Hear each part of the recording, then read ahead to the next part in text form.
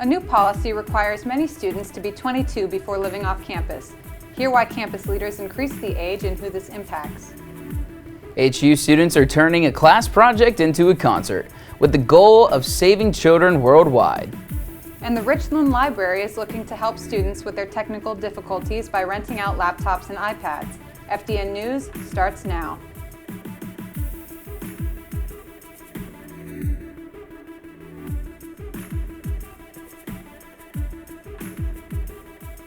Hi, and welcome back to FDN News. I'm Mia Splendore. And I'm Corey Donovan. It's a policy change being met with questions from students living on campus. Unless you're living with a family member, you need to be 22 to live off campus. That's 1 year older than the previous policy. As FDN's Tyler Brown explains, it's a decision administration hopes will increase student success in the classroom.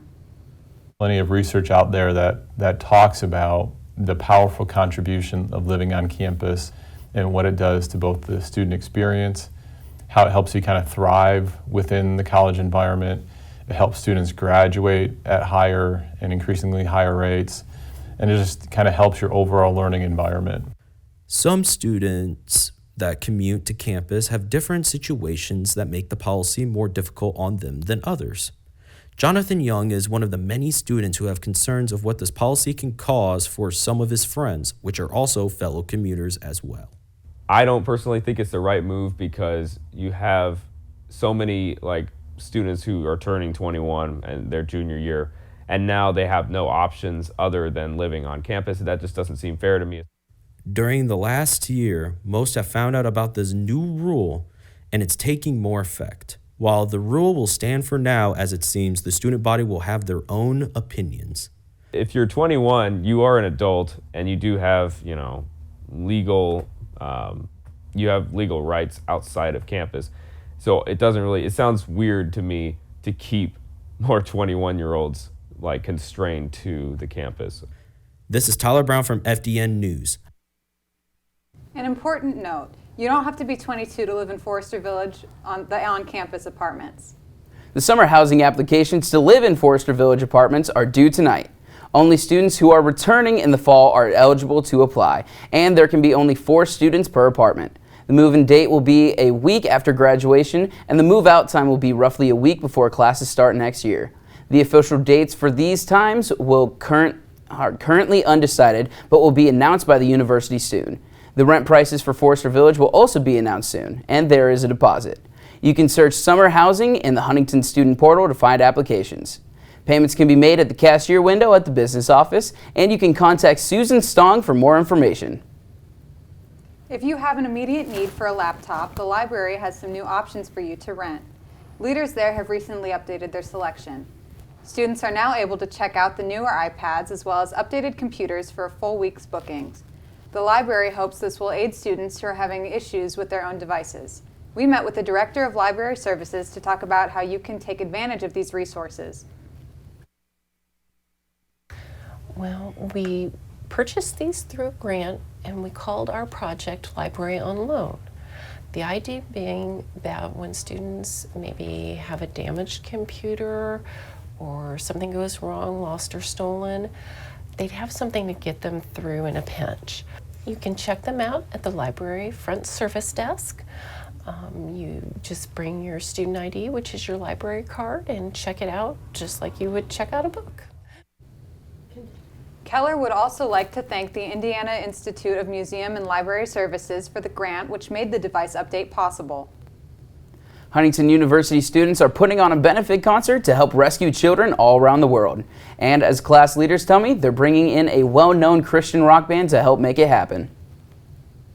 In creating these classes, that students would think outside the box, that how do they use their God-given gifts and talents to not just improve and create entertaining content, but to do things that mattered.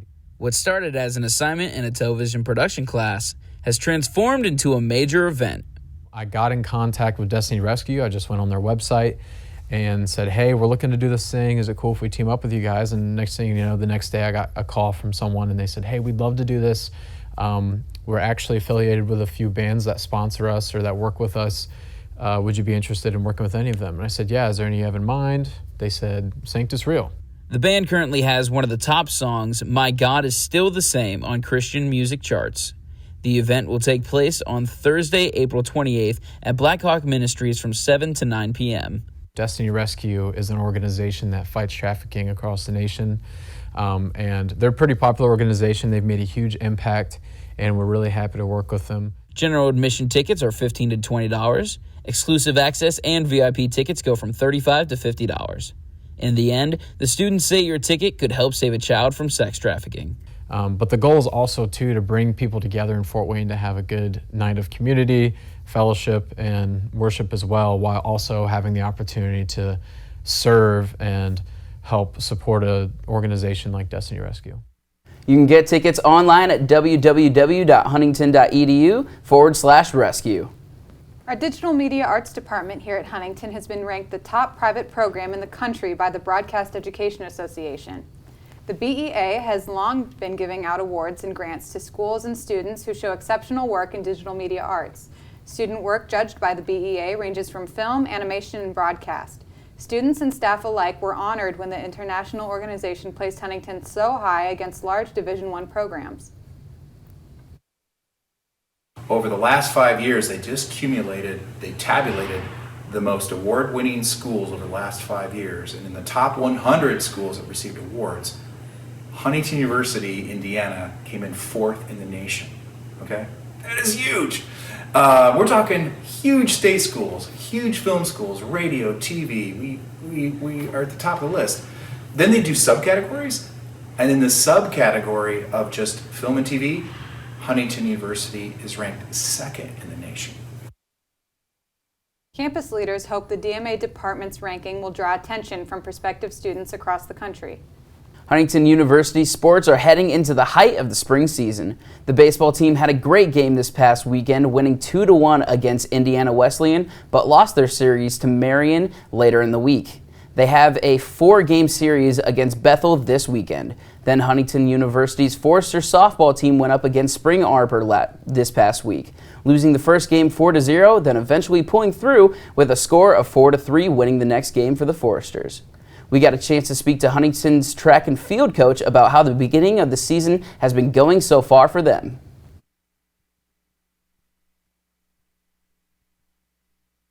Our season has kind of been off to a rough start, mostly because of the weather.